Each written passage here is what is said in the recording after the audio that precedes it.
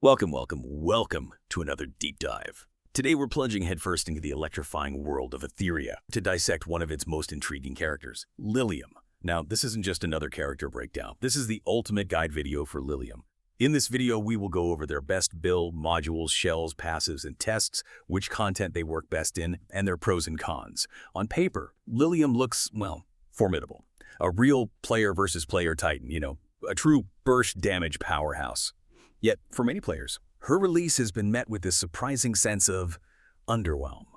Our deep dive today isn't just about her kit. It's about uncovering why that disconnect exists, whether she truly lives up to her promise, and ultimately if she's the right investment for your roster. We're going to unpack her core identity, dive deep into her intricate skill set and the demanding stat requirements that come with her. We'll explore where she truly shines and, surprisingly, where she might fall short in different game content. And of course, reveal her optimal modules and shells. We'll critically assess her strengths, but we'll also tackle some of the unexpected weaknesses that have left some players, well, scratching their heads. And that's absolutely crucial, because while Liliam certainly boasts a unique and powerful array of abilities, her true potential and practical application, they're far more nuanced than they might appear just reading the skills. We're not just going to tell you what she does. We're going to explore why she matters in certain situations, and precisely where some players have found her to fall short, leading to that surprising sense of underwhelm. It's a fascinating study, really, in character design versus real-world game performance. Okay, so given this intricate kit, what does all this mean for those looking to invest their precious resources into Liliam? Her design really pushes you to think strategically about where your Lattice materials go, especially given how impactful some of those level 5 skill upgrades clearly are. Yeah, this brings us right to the broader context of resource allocation. How do you prioritize upgrading her skills to get the most out of her? There are generally two strategic approaches, right? It depends on your primary goal. Are you aiming for sustained damage in longer fights, maybe more common in player versus environment? Or are you focused on pure burst damage and utility in quicker, decisive player versus player encounters? Let's start with sustained damage. What's the priority there? Okay, for sustained damage, particularly in longer player versus environment fights or maybe extended player versus player matchups, the priority is definitely getting skill 3 Flash Lightning to level 5 first. This is absolutely crucial to maintain her increased attack and increased speed buffs permanently. It ensures synchronized rotations and consistent high damage output over the long haul. After that, you prioritize skill 2, Resounding Thunder, to level 5, enhancing her execute and stun capabilities. And then finally, skill 1, Thunderclap, to level 5 for the comprehensive immunities, although they're less critical in pure sustained damage scenarios. And for those quick, decisive burst engagements, say, in player versus player, where does the priority shift? Right. For burst damage and utility in those faster, decisive fights where the first few turns dictate the outcome, the priority shifts quite significantly. You'd want to get skill 3 to level 3 first, get that immediate substantial damage boost and the increased damage against high health targets online quickly. But crucially, you'd then immediately prioritize skill 1 to level 5 right away. Get that critical control immunity, specifically the turn meter reduction immunity. Skill 1 to level 5 before finishing skill 3. Yes, for player versus player effectiveness, that turn meter immunity is non-negotiable. You need it ASAP. After these two key breakpoints, skill 3 level 3 and skill 1 level 5, you would then bring skill 3 up to level 5 for the cooldown reduction and full buff uptime. And finally, skill 2 to level 5 for its enhanced stun and execute potential. That rationale for investing in those specific Lattice points makes a lot of sense. Locking that crucial turn meter immunity behind level 5 of skill 1. That feels like a massive resource sink, though. Is that a common point of contention within the community? Oh, it absolutely is. Skill 3 is essential for its high damage multiplier, but even more importantly, for gaining those increased attack and speed buffs, and the significant cooldown reduction to 3 turns at level 5. That near constant uptime is vital. Yeah. But skill 1, it's paramount for gaining that immunity to all turn meter pushback effects at level 5. Without it, units like Holden or Sharon can still potentially manipulate her turn, effectively bypassing a core part of her anti-control identity. Players definitely feel the sting of locking such a vital immunity behind a level 5 skill. It demands substantial Lattice investment early in her development to truly unlock her full player versus player potential. It's a design choice that makes her initially expensive to get fully online, so to speak. Okay. Beyond skills, let's talk about the raw numbers, the stats. What kind of stats does Liliam demand from your gear to truly make her shine? Because from what I understand, she's quite particular, maybe even difficult to gear properly. What's strikingly clear here is that Liliam is considerably harder to build compared to some other popular damage dealers you might be used to. She's very stat hungry. When it comes to her stat requirements, crit rate is paramount. Absolutely paramount. You absolutely must reach 100% crit rate for her damage consistency. This is your top priority, number one, full stop. If she doesn't land critical hits, her damage just drops off a cliff. 100% crit rate. Okay, that's a high bar. It really is. The game is practically screaming at you. Find crit rate in your gear, or she simply won't perform to her potential. Once that 100% crit rate is maximized, then crit damage becomes the next most important stat to stack as high as possible. You want those crits to hit like trucks. As a third priority, attack percentage will certainly boost her damage, but not as significantly as maximizing her crit stats first. Crit is king for her. And speed. Is that a stat you always want to pile onto her, or is there some flexibility there? Speed is, well, it's a situational choice for Liliam, which adds another layer to her build complexity. If you're pairing her with a dedicated gauge booster, a character who rapidly pushes forward your team's turn meter, like Lily or Tsukiyomi, then you'll need much less speed on her gear. They'll ensure she gets her turns quickly. Otherwise, if she's operating independently or in a team without that kind of turn meter support, speed becomes a very high priority. You need to ensure she acts early in the turn order and frequently, allowing her to cycle through her powerful skills before the enemy can react. Why is she considered so difficult to build, especially for newer players? What makes her more challenging than, say, a Yelli or a Ditting, who are also top-tier damage dealers? Can you walk us through the actual pain points a new player might encounter here? Yeah, it really comes down to her disorder affinity and the nature of her kit. Unlike characters from the standard red, green, blue elements, disorder characters like Liliam inherently lack the elemental advantages that would give them crit rate bonuses against certain targets. Think about it. Yelli gets a significant amount of crit rate from her skill 3 buff. Ditting gets crit rate when targeting enemies with his exclusive marks. They have built-in help. Right, they have mechanics that boost their crit rate. Exactly. Liliam, however, requires a full 100% crit rate entirely from her gear alone. No built-in boosts like that. This makes her incredibly stat-hungry and very difficult to build, particularly for newer players who might not have access to perfectly rolled gear with high crit rate substats. It feels like a constant uphill battle, just trying to get those crucial crit rate rolls on every piece. You either need exceptional, near-perfect gear, or you're forced to bring a dedicated crit buffer, like Gray, onto your team in the early game to compensate. But you might not have space for a dedicated crit buffer later on. Precisely. The problem is, in endgame teams, there often isn't room for a dedicated crit rate support. Team slots are highly contested, usually reserved for crucial damage, healing, or control units. So this means she's very difficult to optimize without significant investment in farming high-quality gear. It takes a lot of work. So she's very demanding right from the start. Okay, so what does all this mean for where Liliam truly shines, or perhaps where she struggles in the actual game content? Let's talk about her performance ratings across different modes, starting with a general overview. Okay, so based on community consensus and expert analysis, Liliam's performance tier varies significantly depending on the content. It's not consistent across the board. Looking at popular community assessments, her ratings paint a very clear picture of her specialization. For general player versus environment content, she's generally rated as Tier 2. Tier 2 for player versus environment overall. Yeah. The same Tier 2 rating applies to specific player versus environment modes like Aurora, Doki Doki, and Taranton. Consistent Tier 2 there. However, she sees a notable jump to Tier 1 for Union Boss and Phantom content. Ah, Tier 1 for bosses. Interesting. Specifically Union Boss and Phantom, yes. That's where her single target damage focus can be more valuable. And, most significantly, in player versus player, she is unequivocally a Tier 1 character. Top of the pile for player versus player. That player versus player Tier 1 rating absolutely stands out, especially given her base kit and those immunities. Let's delve into why she's considered such a specialist there. It seems her entire kit is meticulously sculpted for player versus player dominance. What becomes strikingly clear is precisely how her entire kit aligns, almost perfectly, with player versus player meta strategies. First off, she's designed as a formidable nuker and controller hybrid. She's built to single out priority targets, think opposing damage dealers, crucial supports, and inflict massive burst damage with minimal outside assistance. She's a self-sufficient threat. And that control immunity we discussed earlier is obviously a huge part of that player versus player strength. How critical is that immunity to her dominance? Does it really set her apart from other burst damage dealers? Oh, it's absolutely critical. It's arguably what defines her role in player versus player and sets her apart. Her skill 1 passive makes her an incredible control counter. At level 5, remember, it provides full immunity to all forms of hard control effects: silence, stun, taunt, freeze, sleep, and negative turn meter manipulation. This makes her an excellent counterpick against those frustrating, control-heavy teams that aim to lock down your entire roster before you can even act. She just ignores their main strategy. Her turns are basically guaranteed. Another significant advantage is her high base speed.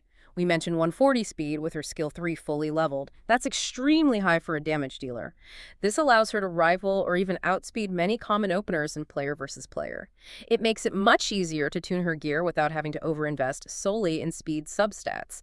You can actually focus more substats on vital damage stats like crit damage, knowing she'll likely still get her turns early enough to make an impact. It also sounds like she's not just for pure speed cleave teams, but can adapt to bruiser compositions too. That's an interesting versatility. That's correct. Yeah, she's quite adaptable in player versus player builds. While she isn't a pure cleave character, designed to obliterate the entire enemy team on turn 1, she fits remarkably well into bruiser-based teams. Those are teams that build tankier units with still good damage. In that setup, you can build her tankier, maybe with defensive shells and matrix sets. When played this way, she maintains her ability to ignore control effects while consistently dishing out stuns and seals to whittle down foes. She essentially becomes this self-sufficient package that can disrupt and slowly dismantle even defensive teams, adding constant annoying pressure. And the health point seal comes back into play there too, right? Oh, absolutely. The maximum health point seal from her skill 3 is incredibly effective in player versus player. Remember, it's a permanent reduction of maximum health points. That's devastating against health point scaling characters like tanky Tiamats or bruisers, and also against healers. It reduces their survivability and significantly weakens their damage or healing output, making them much, much easier to defeat over time. Imagine just permanently chopping off a portion of their health bar. And finally, her skill 2 offers that guaranteed stun application below a health threshold. Landing regardless of the target's effect resistance or her own effect accuracy is a powerful tool for disrupting enemy teams and creating crucial openings. Okay, this raises an important question, though. If she's so powerful and specialized in player versus player, a clear tier 1, why are her player versus environment ratings generally lower, mostly stuck at tier 2? What's the fundamental mismatch there between her kit and what player versus environment demands? Yeah, looking at the grand scheme, you'll see a fundamental mismatch between what her kit offers and the typical demands of player versus environment content. First, her self-buffs. While strong on their own, that personal increased attack and increased speed, they are often redundant in optimized player versus environment teams. Most top player versus environment compositions already feature dedicated buffers like Lily, Fukui, or Nilu, who provide these buffs team-wide. This effectively cancels out Liliam's primary advantage of being a self-buffing damage dealer. Those team slots are usually better filled by other specialized supports or even stronger dedicated damage dealers. So her self-sufficiency isn't as valuable when you team buffers out. Exactly. Next, her signature maximum health point seal. So potent in player versus player, right? Well, it simply does not work on bosses. Right, we established that. Big limitation. Huge limitation. This immediately diminishes one of her key utility features in crucial player versus environment encounters where boss damage is paramount. Most bosses also don't have shields for her skill 3 to ignore, further reducing her unique contributions in that content. And her control resistance. Amazing in player versus player for countering specific enemy units, but it's far less impactful in player versus environment. Control effects are either less prevalent on many bosses, or they can often be bypassed through other team mechanics or cleansing. So she faces stiff competition from other units in player versus environment, units who might perform better overall or offer more relevant utility for that content. Precisely. Other characters, most notably Didding, often just, well, they do what she does, but better, in most player versus environment encounters. Didding's damage output, especially with his passives, tends to be higher in those scenarios. Her single target focus also limits her effectiveness in content requiring area of effect damage, like clearing waves in Ember Track efficiently. She's simply not designed for that kind of mob clearing. And, initial tests conducted by players when she first came out even showed her significantly underperforming compared to characters like Yelli and Didding in various player versus environment shells, made it hard to justify her as a primary player versus environment damage dealer when resources are limited. So what does this all mean in conclusion for Liliam's place across the various game content? Where does she really fit? What becomes strikingly clear is that Liliam isn't just good in player versus player. She's like a precision instrument, almost sculpted specifically for certain player versus player scenarios. She's designed to counter particular meta components in that mode. In player versus environment, however, her unique strengths are largely diminished. Her buffs are often redundant, her key debuff doesn't work on bosses. She's definitely a niche pick rather than a universal powerhouse for general player versus environment progression. A specialist. Okay, so with that deep understanding of her kit and her content strengths and weaknesses, let's talk about her optimal gear.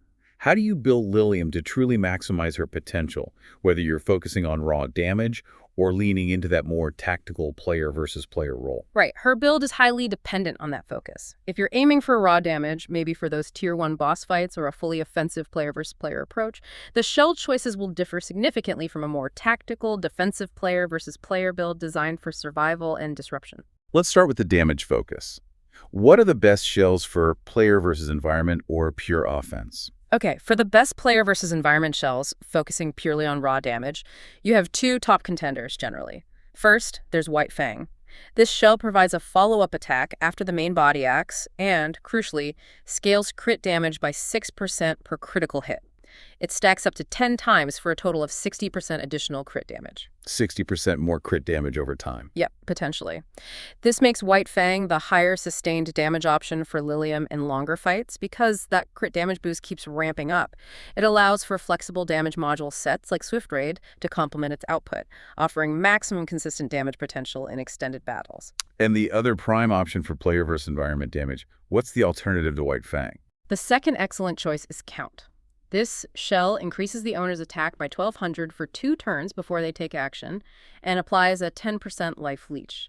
Count is generally considered a better burst damage option than White Fang for shorter fights because of that immediate, albeit temporary, flat attack boost. It hits harder right away. It also provides some sustain through the life leech, which can be beneficial, especially if she's taking a few hits here and there. It's a strong choice if the fight is decided quickly, and it can also serve as a fully offensive player versus player alternative if you're not going for a defensive approach and just want max upfront damage. Okay, so those are the offensive choices. White Fang for sustained, Count for burst.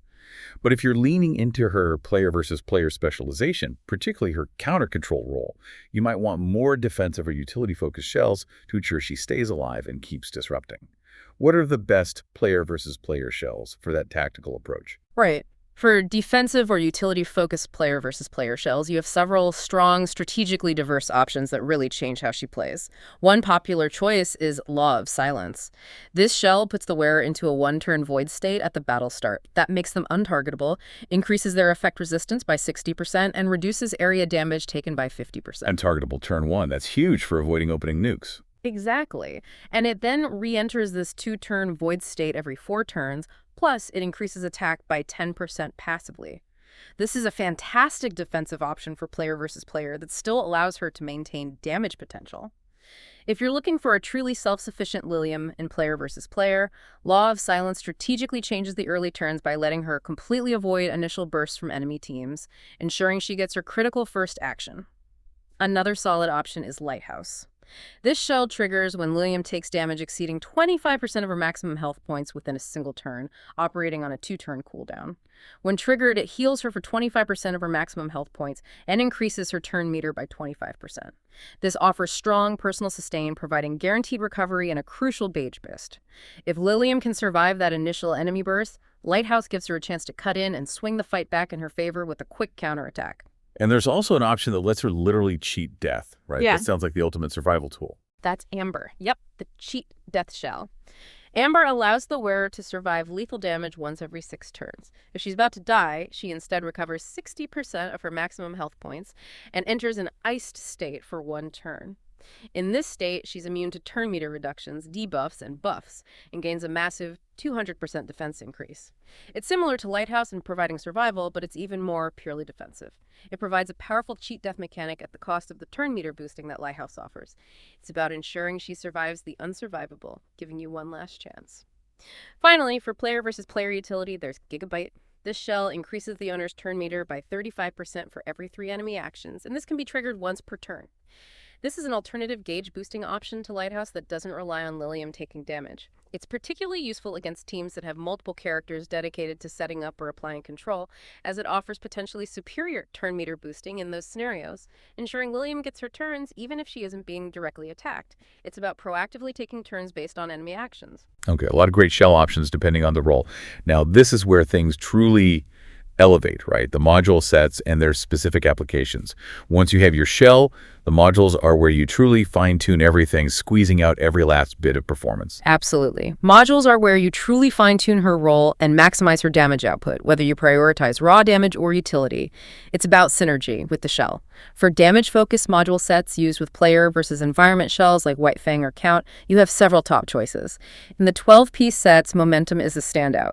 It provides a total of 24% crit rate, which is huge for her, and increases damage by 6% per debuff or control effect on the target, stacking up to a maximum of 36% additional damage with 6 debuffs. So potentially huge damage boost, but needs debuffs on the target. Right, it's the strongest pure damage set on paper, but it requires reliable debuff application from your team. So you need to consider your team composition carefully. Another 12-piece option is Kenai. This grants 36% crit damage and boosts the first 3 damage instances by 25%, 15%, and 5% respectively. This is strong but more character dependent, generally better for single hit abilities or characters with multi-hit primary skills where those first hits are key. And then there's Onslaught, the generic but accessible option giving a straight 45% attack increase. Always reliable, easy to understand. Moving to 8-piece sets, Fury is a go-to for most crit-based damage dealers. It provides 20% attack and an additional 12% damage when landing a critical hit.